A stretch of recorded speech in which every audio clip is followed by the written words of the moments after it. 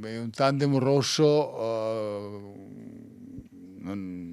di marca Bottecchia, un modello appunto vecchio che avrà dai 40 ai 50 anni, è un pezzo unico. Era il mio contatto con la natura, l'unica cosa che rimaneva del contatto della natura. Per Paolo il tandem rosso rappresentava la sua unica possibilità di poter correre in bici in mezzo alla natura. Qualcuno però glielo ha rubato. Il furto è avvenuto lo scorso fine settimana ad Este, dove Paolo Piccoli abita. Per me è l'unica maniera per andare in bici.